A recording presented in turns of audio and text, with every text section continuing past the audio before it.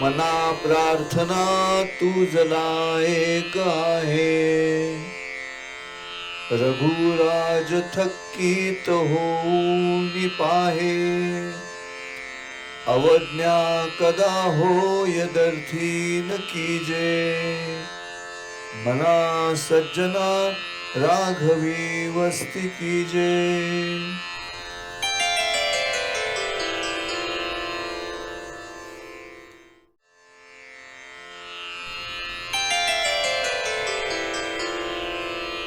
अरे मन तुझे प्रार्थना है हमारी, उसे देख दंग रह गया रावणारी, करो ना अवज्ञा कभी भी उसी की, अरे मन सदा भक्ति हो राम जी की।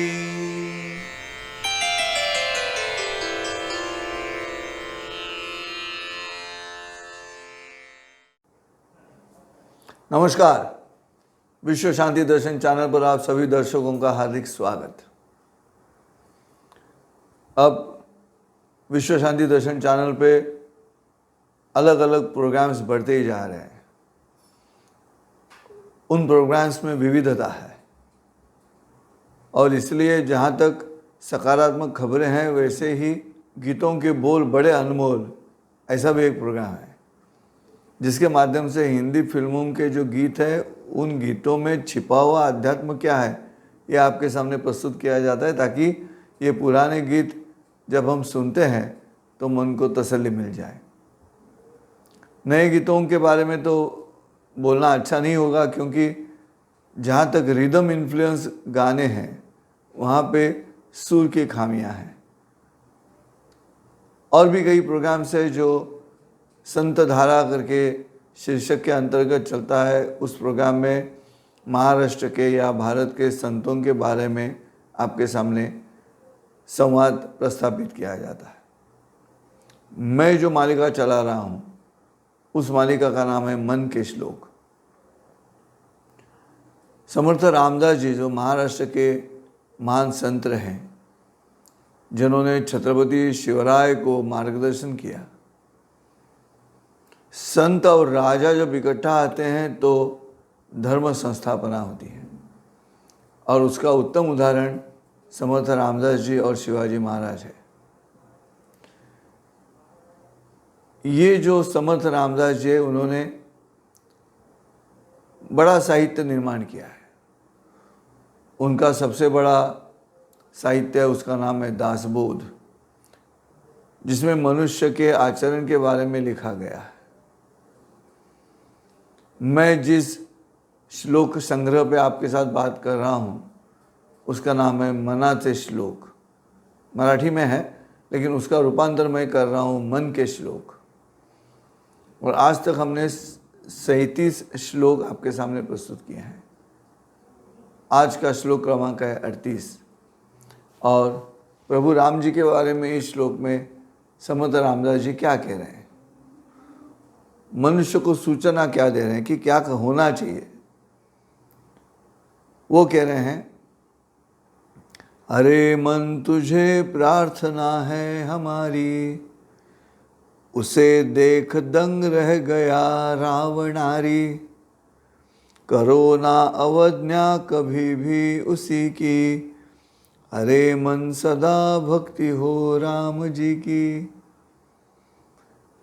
श्लोक क्रमांक 38 क्या कह रहे हैं समर्थ रामदास जी?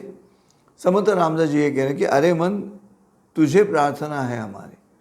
अब देखिए, मन को ही प्रार्थना की जा रही है, तो मन को प्रार्थना कौन करेगा? अपने शरीर के जो 3 हिस्से हैं उसमें देह है, मन है और बुद्धि है। अगर मन को प्रार्थना की जा रही है तो इसका मतलब है देह और बुद्धि इकट्ठा आके उन दोनों का मिलन होके हम मन से प्रार्थना कर रहे हैं, मन से विनती कर रहे हैं। हम क्या सुझाव दे रहे हैं मन को कि अरे मन तुझे प्रार्थना है हमारी। क्या प्रार्थना है? कि ऐसी भक्ति करो, प्रभु राम जी की ऐसी भक्ति करो कि उसे देख दंग रह गया रावणारी। अरि यानी शत्रु, दुश्मन, अरि, रावणारी ये मध्यम पदलोपी समास है। रावण का शत्रु वो कौन है? प्रभु राम। रावण का नाश करने वाला वो है रावणारी। ये जो रावणारी है राम है, ऐसी प्रार्थना करो कि ये श्री राम जो है वो आपकी प्रार्थना सुनकर दंग रह जाएगा, वो चकित हो जाएगा, आश्चर्यचकित हो जाएगा। उसे लगेगा कि अरे ऐसी प्रार्थना की जाती है, ये भक्ति है। इस तरह का दंग रहना प्रभु राम जी के मन में निर्माण होना चाहिए। ऐसी प्रार्थना तुम करो, ऐसे देह और बुद्धि इकट्ठा आके मन को विनती कर रहे हैं। कितना बेहतरीन संवाद है। देह बुद्धि इकट्ठा आके मन से कह रहे हैं कि अरे मन, ऐसी प्रार्थना करो कि प्रभु राम जी साक्षात स्वयं देखते रह जाएंगे। आगे क्या कहते हैं वो? आगे वो कह रहे हैं, करो ना अवज्ञा कभी भी उसी की। देखिए, अक्सर ये देखा जाता है, जो संसार है, प्रपंच है, जो हम जी रहे हैं, परिवार है, उस परिवार में हम डट के काम करते हैं, परिवार के लिए हम डट के काम करते हैं। लेकिन वो जो ठान लेना है, वो ठान लेना हमारा परमार्थ में नहीं होता। परमार्थ में हम मंदिर के बाहर से ही भगवान को नमस्कार करके निकल जाते हैं। लेकिन जहाँ तक परिवार का सवाल है, हम जो जी रहे हैं उसमें अगर असफल होते हैं तो बार बार कोशिश करते रहते, लेकिन हम वहाँ से दूर नहीं जाते। हमें हमारे जीने में जो परिवार है, संसार है, पत्नी है, बेटे हैं, रिश्तेदार है, हम उनका तिरस्कार नहीं करते।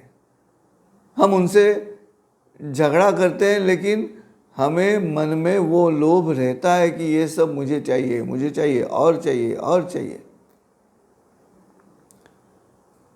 एक मनुष्य था, तो यमराज आए उसके पास, जवान था, तो उसने कहा इतने जल्दी क्यों आए? तो बोलते अभी तो समय हो गया तेरा ऊपर जाने का। तो उसने कहा ऐसे मत करो। तो चलो ठीक है, यमराज ने कहा मैं बाद में आता हूँ। तो ये कहता है कि यमराज जी, एक विनती है आपसे कि आप पहले खत लिखना और फिर आ जाओ, तो मैं तैयार रहूँगा।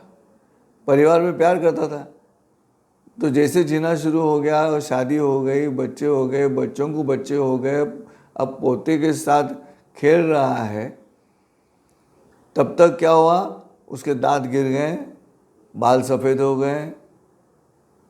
थोड़े दिनों के बाद पैरालिसिस का अटैक भी आया था, उससे भी थोड़ा बचा। अब वॉकर लेके चलता है और यमराज सामने आ गए। तो इसने पूछा ये क्या है? तो हमने तो तय किया था, दोनों ने इकट्ठा कॉन्ट्रैक्ट था अपना कि खत लिखोगे। तब यमराज ने कहा कि मैंने खत लिखा था, तेरी समझ में नहीं आया। पहले खत में मैंने तुम्हारे दांत गिराए, दूसरे खत में मैंने तुम्हारे बाल सफ़ेद कर दिए, तीसरे खत में मैंने तुम्हारे शरीर में थकान निर्माण की, चौथा तो बड़ा लेटर लिखा था मैंने आपसे, जो पैरालिसिस का अटैक आया उससे भी थोड़ा बचा लिया आपको। लेकिन ये खत तुझे मालूम नहीं हुए, ये मेरे आने की खबरें थी सब। यहाँ पे समर्थ रामदास जी क्या कह रहे हैं कि करो ना अवज्ञा कभी भी उसी की।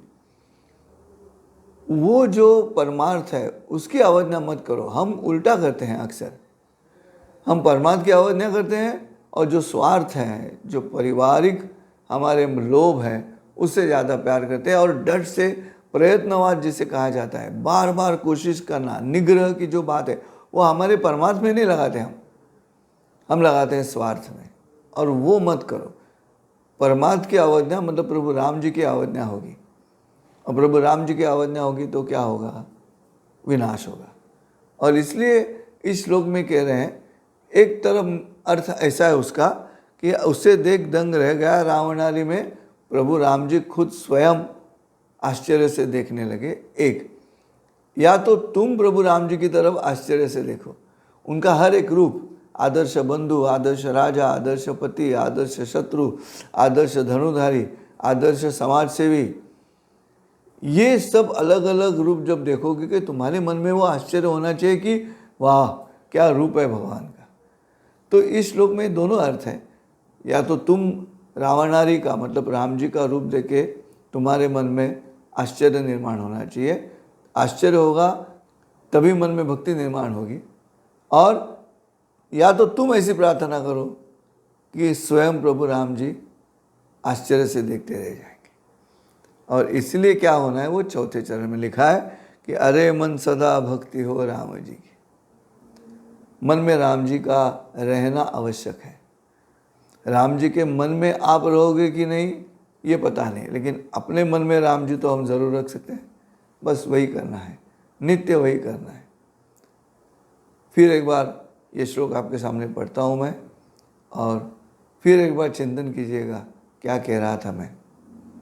श्लोक ऐसा है, अरे मन तुझे प्रार्थना है हमारी, उसे देख दंग रह गया रावणारी, करो ना अवज्ञा कभी भी उसी की, अरे मन सदा भक्ति हो राम जी की। मिलते हैं अगले एपिसोड में, और तब तक के लिए नमस्कार, जय श्री राम।